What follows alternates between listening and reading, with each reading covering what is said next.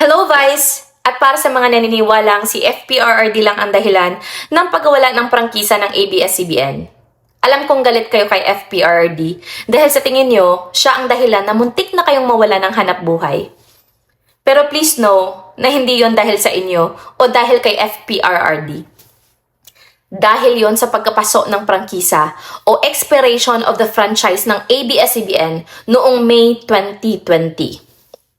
Ang network, mga kababayan, ay napilitang itigil ang kanilang terrestrial broadcast o traditional television and radio signals transmitted through the airwaves to ordinary rooftop antennas like free TV or analog radios. No?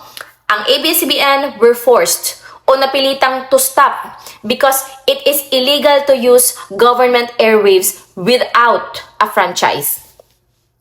Ang National Telecommunications Commission or NTC, mga kababayan, nag-order sa kanila to shut down their main TV and radio stations immediately at lumipat sa iba't ibang digital at cable platform.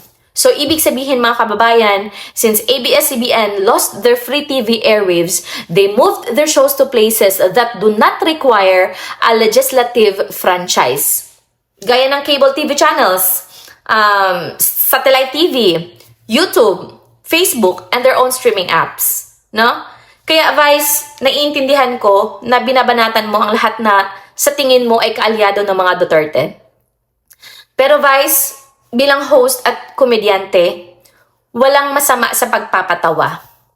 Alam kong matalino ka, malaki ang naabot mo, malaki ang impluwensya mo, at malinaw na tinanggap ka ng napakaraming Pilipino at binigyan ka ng napakalaking platform at tiwala. At dahil doon, mas mataas din ang expectation. Hindi lahat ng nakakatawa ay nakakatulong. At hindi lahat ng may audience ay dapat tularan sa lahat ng pagkakataon. Comedy has a place. Entertainment has a place. And there is a big difference between humor and trivialization. Comedy can challenge power. Comedy can criticize. Comedy can make people think. Hindi dahil entertainer ka, exempted ka na sa criticism. At hindi rin dahil joke, automatic na tama ang timing.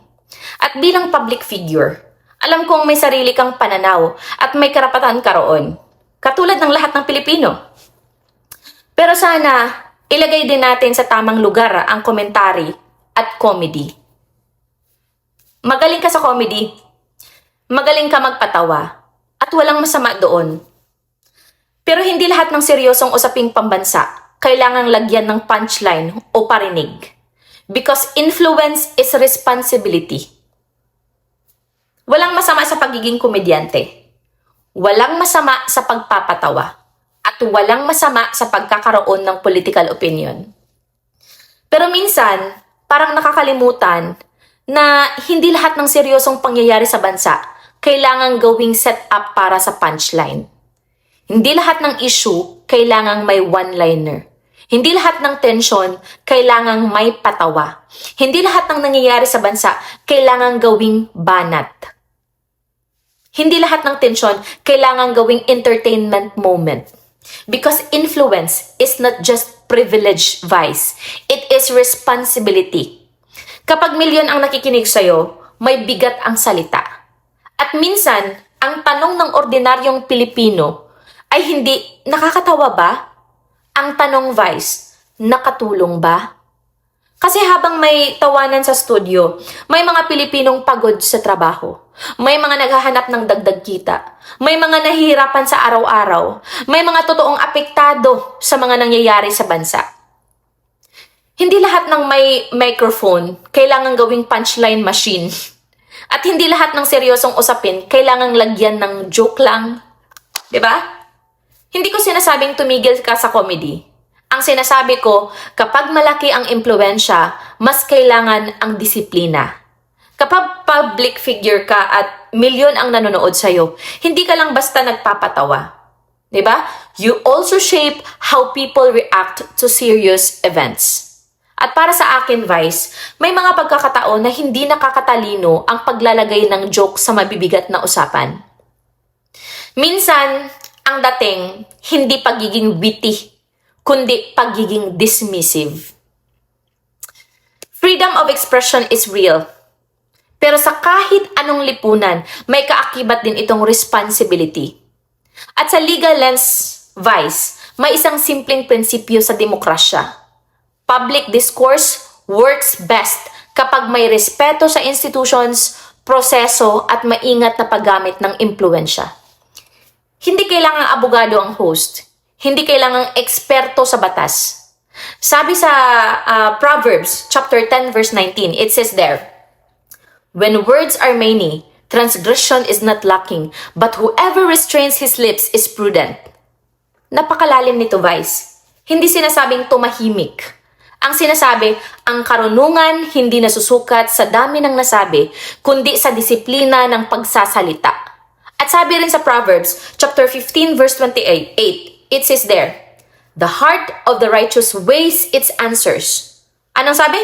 Weighs its answers. Ibig sabihin, Vice, hindi lahat ng naiisip, binibitawan. Hindi lahat ng nakakatawa, kailangang sabihin. Hindi lahat ng may audience, kailangang may reaction. Kasi ang tunay na wisdom, hindi lang marunong magsalita, marunong ding magtimbang. At bilang host, hindi responsibilidad na gawing magaan ang lahat. Minsan, ang responsibilidad ay kilalanin. May mga usaping hindi kailangang lagyan ng punchline. Kapag malaki ang impluensya, mas malaki rin ang obligasyong maging maingat. Because not every serious national moment becomes better when turned into a joke. Okay? Hindi ito pag-atake. Hindi kita pinapatahimik. Pinapaalala ko lang na kapag milyon ang nakikinig sa'yo, ang bawat biro, hindi na lang biro. Nagiging impluensya. At ang impluensya ay may kaakibat na responsibilidad.